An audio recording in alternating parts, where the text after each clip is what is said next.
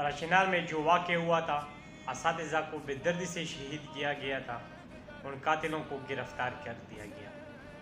اعوذ باللہ من الشیطان الرجیم، بسم اللہ الرحمن الرحیم۔ آپ دیکھ رہے ہیں ہمارا آفیشیل یوٹیوب چینل۔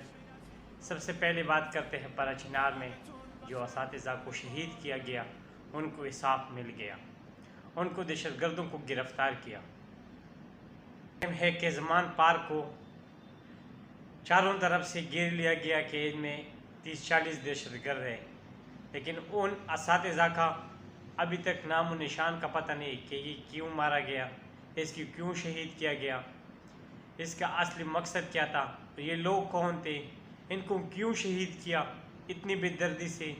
لیکن حکومت اتنی فارغ ہے کہ کسی کی بات پہ یقین کر کے زمان پارک پہ سرچ آپریشن کر کے ان کو دہشت گردوں کو گرفتار کرنے کے لیے، لیکن افسوس کہ پراچینار والوں کو انصاف نہیں ملا۔